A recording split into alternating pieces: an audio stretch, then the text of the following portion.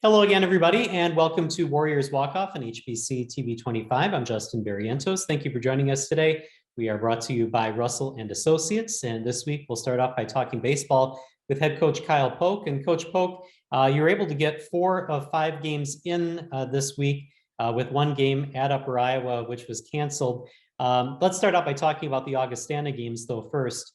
Unfortunately, those were both losses. You had a close one. 3-2 loss, and then a 9-1 loss. Let's talk about that first one first. How do you feel your team played in game one against the number 22 team in the country? Well, we played well. We pitched well. It's kind of the same story a lot that we've had this year against good teams is we've pitched good enough to stay in the games.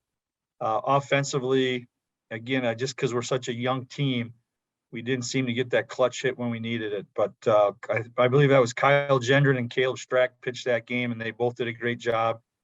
Minimized things from Augustana. And they're a senior dominated. They got a couple of guys there in their 6th year because of certain circumstances and COVID stuff. So they did a really good job of limiting their opportunities and giving us a chance to win. And we just came out on the short end. Yeah, you mentioned you had a chance to win. You had 5 runners on base in the last 4 innings, and unfortunately couldn't get those across.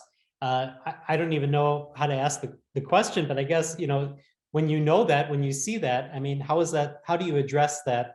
And how is that something that you can improve on later on in the season? Well, we talk about it a lot because I said when in our recruiting process and everything, I said most colleges are we recruit kids that can hit in high school, but then we got to teach them how to hit in college because they've got to learn to be more, for lack of a better term, they need to be more mental at the plate. They have to have better plans, better approaches, know what they got to do. They have to pay attention to what the other team's pitchers are trying to do with them. Actually, we got a couple of our upperclassmen that played a couple of years, so the other teams have scouting reports on them. And now you're talking about making adjustments. They're adjusting to you. Now you need to make an adjustment to what they're trying to do to you. So we're working through that. There's things we can do, drill work. After the Augustana series, the one day that we could practice when it was nice out, we did a lot of work with runners on third base and just trying to get fly balls into the outfield.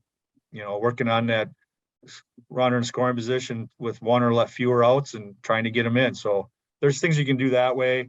Again, but this spring has not been conducive to be able to do a lot of that because we haven't been able to be outside a lot. So we're kind of living with what we have, and the guys are getting better. They're working at it. They're getting better. You can see it at times, and then but we just need to continue to get better. Okay, and then let's talk about game 2. Unfortunately, as we said, that was a 9-1 loss. What happened in that game? Well, we just right at the beginning, we just Bailey Banzinski, who's been a good pitcher for us all year, just struggled with his command in the first inning, gave up 3, could have been worse and got out of it. And then the next inning, I think we had an error that cost us 2 runs. So now we're down 5-0 after 2 innings. But we basically, after that, we held, then Bailey settled in through 2 good innings. Then our relief guys did a pretty decent job until the 9th, and that was it. Just the 9th inning, they scored 2 runs, and I don't think they hit a ball over 100 feet. It was just one of those things. They didn't hit one hard. But give them credit. Again, they're an upperclassmen team. When they got guys on, they knew how. They just got to get the barrel on the ball, and something will happen. And they were very, very good at it. But I wasn't disappointed how we played that one. Again, we just need to be better in certain situations. Again, we left a lot of guys on base, but it's just.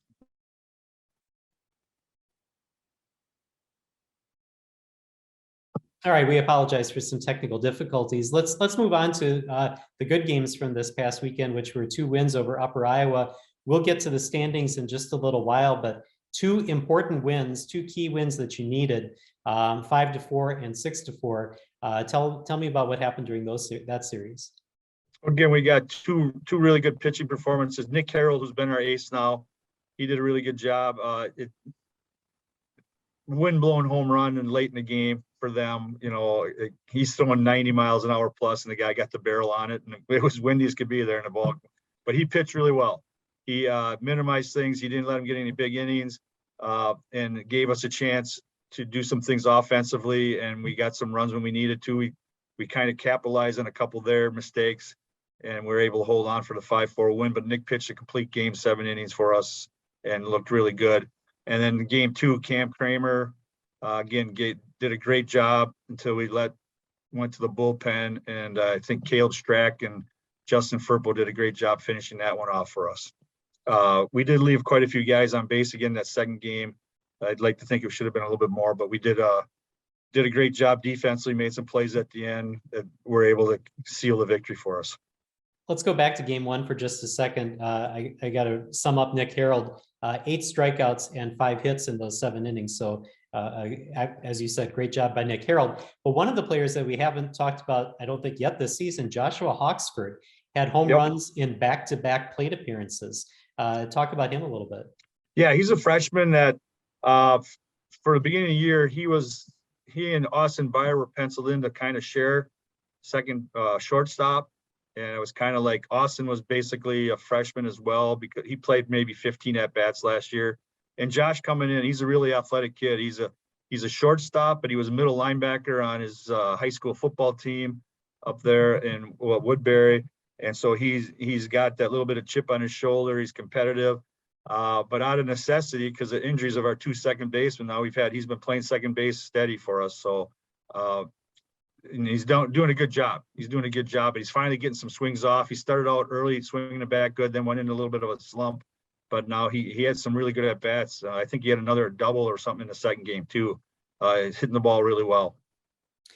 Now you brought it up, but we haven't really addressed a lot of the injuries. How many injuries have you had this season, especially as we're getting to the last weeks of the season? How is that going to impact your team? Well, we've made some adjustments now, so it shouldn't impact us anymore. But we basically got 3 guys that should be regular players in the lineup hitting for us that are out. Josh Gullickson, who we saw as probably being our starting DH to start the year, and then filling in at first or third. Well, he ended up tearing his UCL and had to have a minor Tommy John surgery to repair that.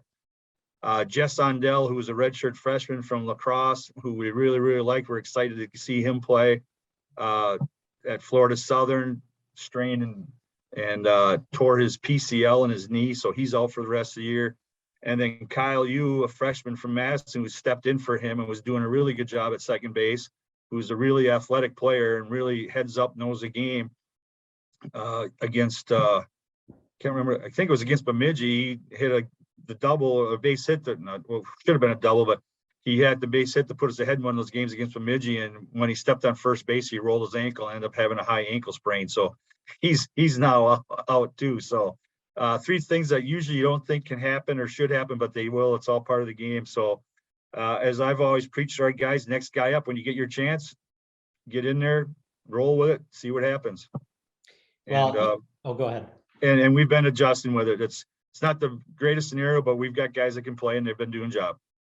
Yeah, I mean, even with all those injuries, you're still in the playoff hunt. In fact, you moved up this past week to 6th place, although there's a real log jam right there in the middle of the conference where I think you're only about a half game ahead of Mary and Duluth and Wayne, and Northern is still kind of in there a little bit. So, I mean, these are important games that you have coming up. You play Wayne State this week, and then you have 5 games next week. Do you tend to look at the standings, or do you kind of brush that off at this point and just focus on the games at task?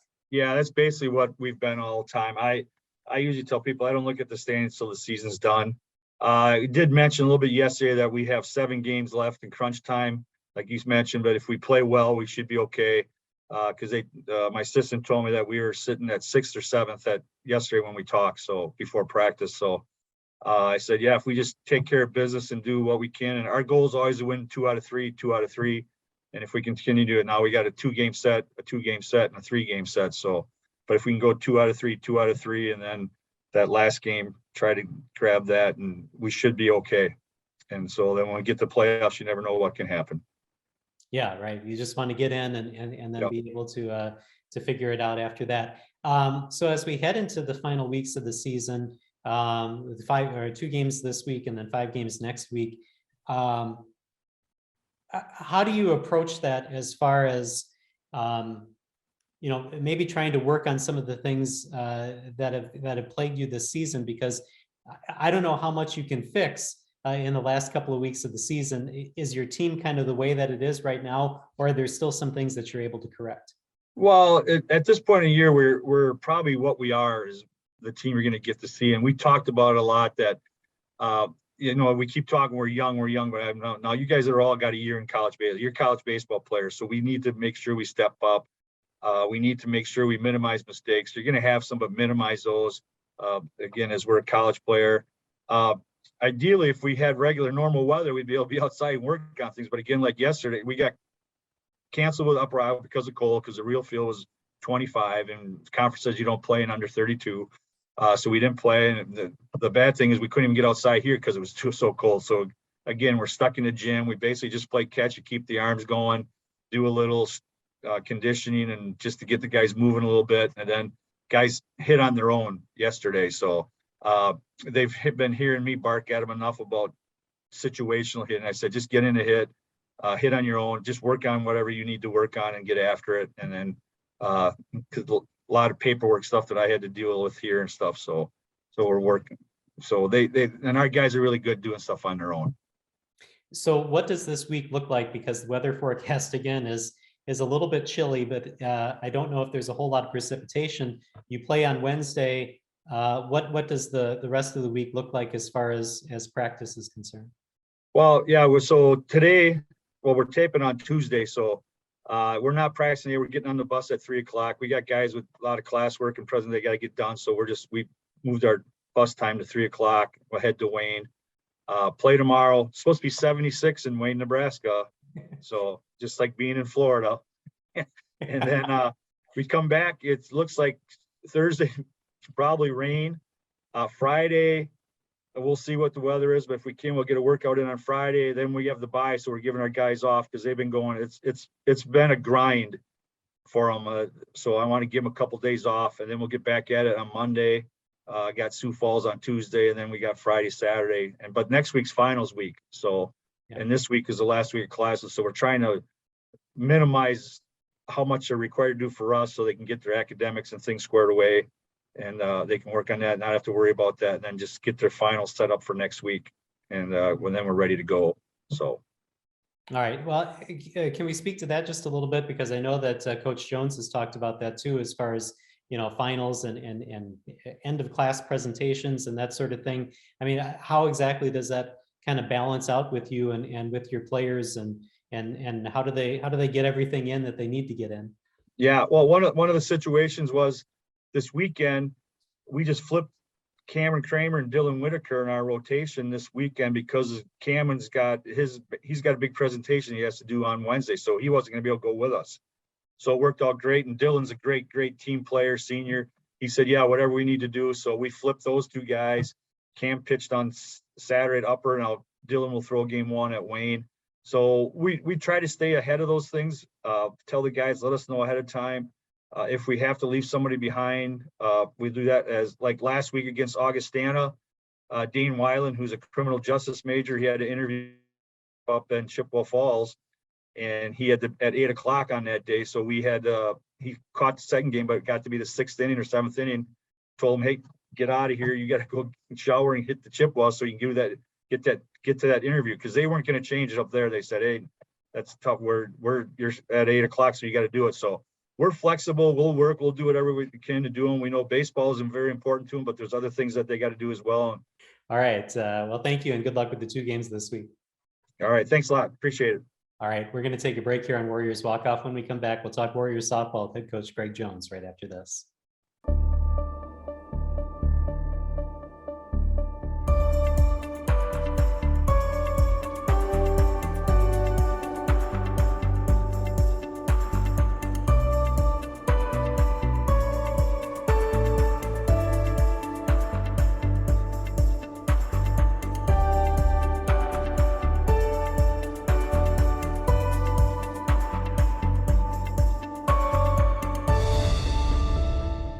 Let's start with the most recent, since those were huge games against Minnesota State on Tuesday. They came in the number 18 team in the country. Unfortunately, a pair of losses, 1-0 and 4-3. Talk about those games because they had some great pitching and great defense and everything. Yeah, they were, obviously from a fan perspective, highly entertaining. Two of the best pitchers in the country going at each other, and combined 26 strikeouts between the two of them. And it was everything it was supposed to be. You knew it was going to be a one-run game. It was going to be going in, you knew it was going to be 1-0, 2-1. That was it, unless somebody cracked or broke, and nobody did. The good part about the game was nobody lost it. From the perspective of nobody played poorly on either side. You don't want to see a team lose a close game. You want to make sure somebody wins a close game, and Mankato did. They got a bunt down for a hit. They moved a runner over, and they got the hit. They got him on, got him over, got him in, and then late we had the same opportunity. We got a double late in the game. We're able to move our runner over to third base, and we just didn't quite get her in.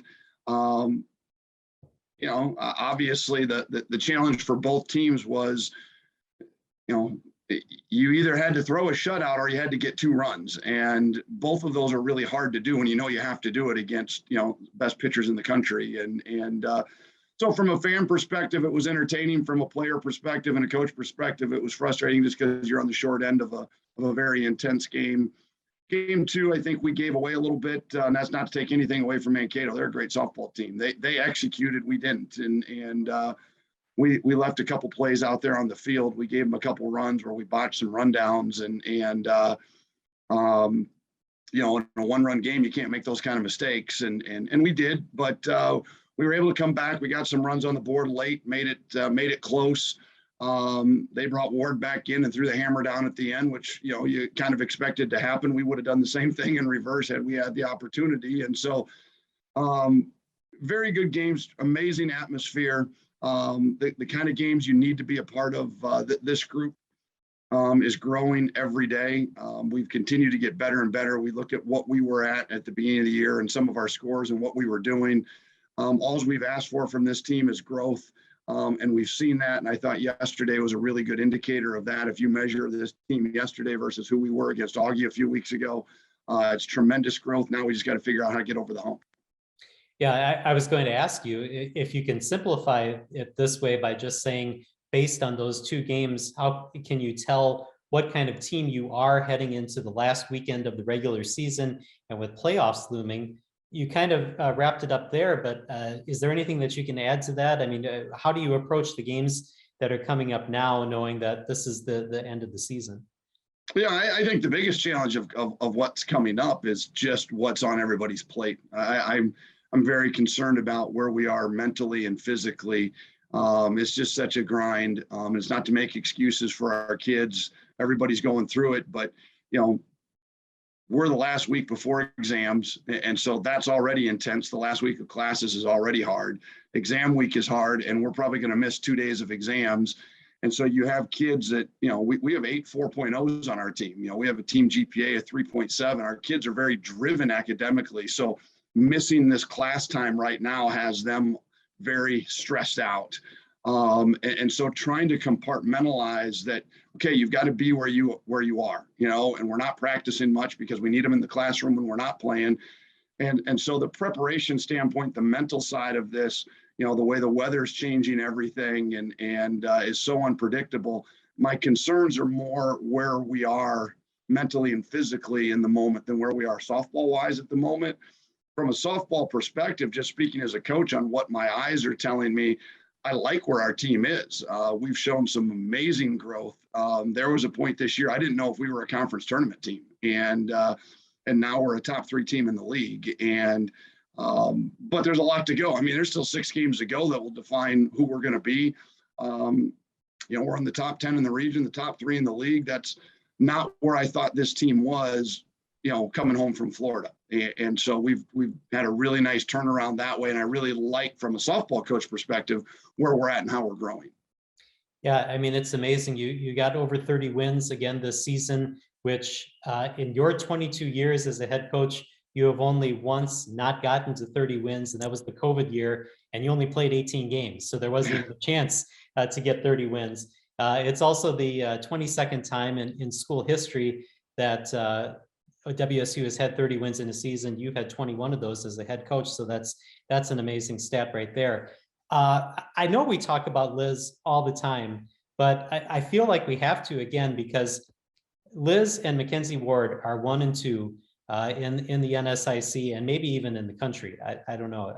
Liz has the NSIC lead in strikeouts. Mackenzie has the NSIC lead in wins, but Liz is right there at number 2. Talk about what kind of a season she has had. I mean, this is the second season now that she's had 20 wins. Her first was, I think, her freshman year, and now she got over the 20 win plateau again this year. Yeah, I was just talking to my wife this morning, Cindy, who's also our pitching coach, and I think Liz is number 1 in the country in strikeouts per 7 innings, and she did that in 2019, and now she's doing it again this year. And whether or not she ends up leading that category doesn't get our team any more wins or anything like that, but just focusing in and talking about where Liz is at again, where it's not like Liz had a bad year last year. Liz just didn't have the same year she had in 2019. 2020 we throw out because of COVID, and nobody knows what kind of year anybody was going to have because of how it got shut down. But so 2019 and this year, and then my point with that, Justin, is she's a different pitcher than she was in 2019. She's doing it in a different fashion. In 2019, she was a dominant changeup pitcher. It was just the best pitch in the country, which made her one of the best pitchers in the country. She still has a changeup, but it's about her 3rd or 4th best pitch right now. And so she's kind of redefined herself. She lost her changeup a year ago, and we started this process of redefining who she was going to be. And she's really grown into that now, and she's found a new way to rediscover how to be a dominant pitcher. It's the second time in my time here that we've done that with a kid, and Cindy's to get all the credit in the world to, because Stacey Trzynski was that way too. And she was a dominant rise ball pitcher, became an All-American, led us to the World Series. Well, then she got injured and couldn't throw a rise ball anymore because of an injury on her hand that didn't allow her to throw that. So we had to reinvent her, and she became an All-American 2 years later as a different style of pitcher. And to be able to do that, for Liz to be able to do that, takes a great mental stamina and a lot of stick-to-itiveness and a lot of work and a lot of mental effort. And she's been able to accomplish that.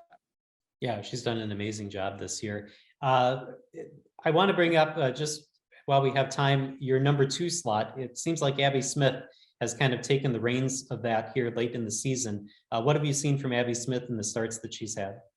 I just couldn't be more proud of what Abby's done. And we could see her coming along. What we didn't know was, can she go get us 7 innings? And we've tried to use her sparingly. But again, you talk about growth, and that's what been our year, all year. We just keep talking about patience and growth and process. And at one point this year, Abby Smith had an ERA over 100. And that's where we started, or where she started from as a freshman. And she is now just threw a game against Mankato and gave us a chance to win in 7 innings on the road at Mankato in a hostile environment. And that's an amazing accomplishment on Abby's part, on Cindy's part, to get Abby ready. What she's doing really well is she's found consistency in the strike zone. She's not walking people. She's not striking a lot of people out, but she's throwing strikes. She's commanding the zone.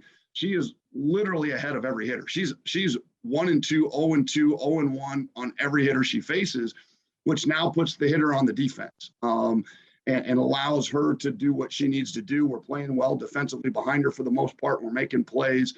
But we have a lot of confidence behind her now. And I think that's kind of what was lacking, is we were trying to figure out our identity after Liz.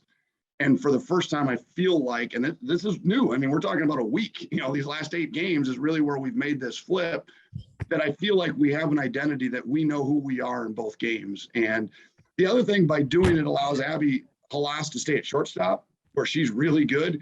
And now we're not changing our infield. We would play game 1, and then we'd play game 2, and we would change 4 people on our infield out of 5. And now we're able to really kind of maintain this continuity as a team from game 1 to game 2, both offensively and defensively, which has really helped us too.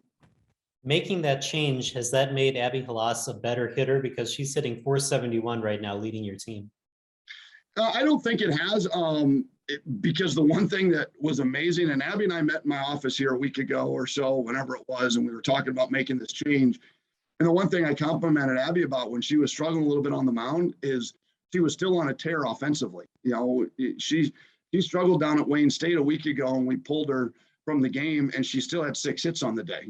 And she was really able to compartmentalize her pitching and her offense, her pitching and her defense. And it was one of the reasons we kept going to the well with her, because she was able to handle everything so well emotionally and mentally. And so I give her a world of credit for that. I think we made the move because we knew overall it was best for everybody. And I think it's freed Abby up a little bit now, and she's playing really well defensively and all of that kind of stuff. But her offense has kind of been, really solid throughout all of this. The other thing that I wanted to mention is that you were able to honor your seniors also this weekend. Liz Potts, Kayla Kirkman, Riley Stout, and Ann Smolensky. Talk about the impact that they have had on this program. Senior day is always tough to play because there's so much emotion involved, and it kind of goes against everything our program is built around, which is team. Don't worry about self and stats, and don't define yourself by playing time and all that kind of stuff. Then senior day comes and we highlight, people, individuals instead of team. But these 4 kids, you asked to talk about these 4 kids, they are team first kids. That's what makes them great, is they really, understand what it's like to be a part of something bigger than them. They've never made Winona State softball about them as individuals. And that's what the most impressive part about them. They put up some great numbers. They've been a part of 2 championship runs. They've been to the postseason, but they've always been team first kids. And it was a great day to recognize them as individuals, yet get some great team wins on the day that they were recognized. And then last question here, just a couple minutes left in this segment. Unfortunately, those 2 losses against Minnesota State snapped your 8-game winning streak that you had before that. And in that streak, I mean, you had some huge offensive, juggernauts, I guess. You had one game, I think, that you scored in double-digit runs during that. Talk about your offense and how far they've come from the beginning of the season till now. Yeah, I would like to go back and play the first part of our season again, because this is the offense we knew we had, and it was frustrating early on. And I don't know, I think it was a couple of things. One, it was just early, and people had to get their feet underneath them. It was early, and people had to get a good rhythm offensively. But I think our lack of being able to pitch and stay in games early hurt us too, because we were getting blown out in some games, and our offense never really got to get going in those games because they were constantly under pressure and chasing. Where now that we've kind of normalized our pitching and our defense, our offense has been able to really take off. But we knew all year we were going to be a good offensive team, and we're finally starting to see the fruits of that. And Sam and Abby are really making us go at the top. Those 2 are just chasing each other all day around the bases, which is huge. A year ago, the one problem we had on offense was everybody was hitting basically 333. We were 350 hitters. So we were all kind of 1 for 3, and we were struggling to put hits together. What we've done this year is we've been able to bunch our hits, and then we've been able to get extra base hits. And when you're getting runs with your hits, everything changes. When you're able to hit the ball out of the ballpark, when you're able to hit the ball in the gap, and your hits count as runs instead of, okay, we've got 2 hits, but now we're just first and second. And again, we thought this was the offense we've had, and now we've been able to kind of really see it, which has been exciting for us. All right. Well, I appreciate the time this week, and good luck. You have 6 games coming up this week, and then playoffs right ahead. And as you said, the students have to do finals and end their classes too. So good luck this week. I know that it's going to be a very challenging week. Thank you so much, Justin. I appreciate it. All right. And thank you for watching Warriors Walk Off here on HBC TV 25. We'll see you next week.